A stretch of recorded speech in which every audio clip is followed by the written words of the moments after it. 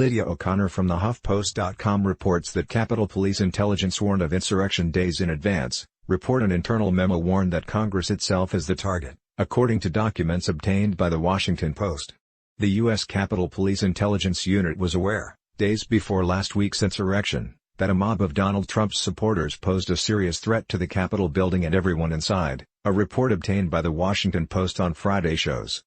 The 12-page, internal report was issued on January 3, 3 days before the attack, and warned that the sense of desperation and disappointment among Trump supporters may lead to more of an incentive to become violent. Unlike previous post-election protests, the targets of the pro-Trump supporters are not necessarily the counter-protesters as they were previously, but rather Congress itself as the target on the 6th. It appears that the report was not widely shared with other law enforcement agencies, such as the FBI, the Post reported, noting it could have alerted authorities to the high risk of a security breach at the Capitol. Two people familiar with the internal report told the Post that the intelligence unit's director, Jack Donahue, relayed its message to all Capitol Police command staff. Another law enforcement official said the report led the department to place barricades farther from the Capitol than it has during past events.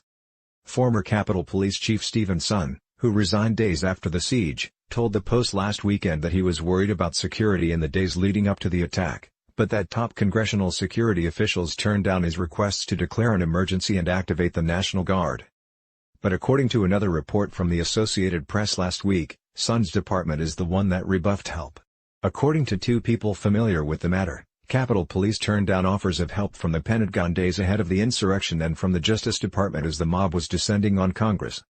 Representative Tim Ryan, Democrat Ohio, who chairs the subcommittee that oversees the Capitol Police, said this week that he's been struggling to get information from the department. The lawmaker said he'd had 100 conversations with rank-and-file members, but we're not getting the kind of information flow from the Capitol Police.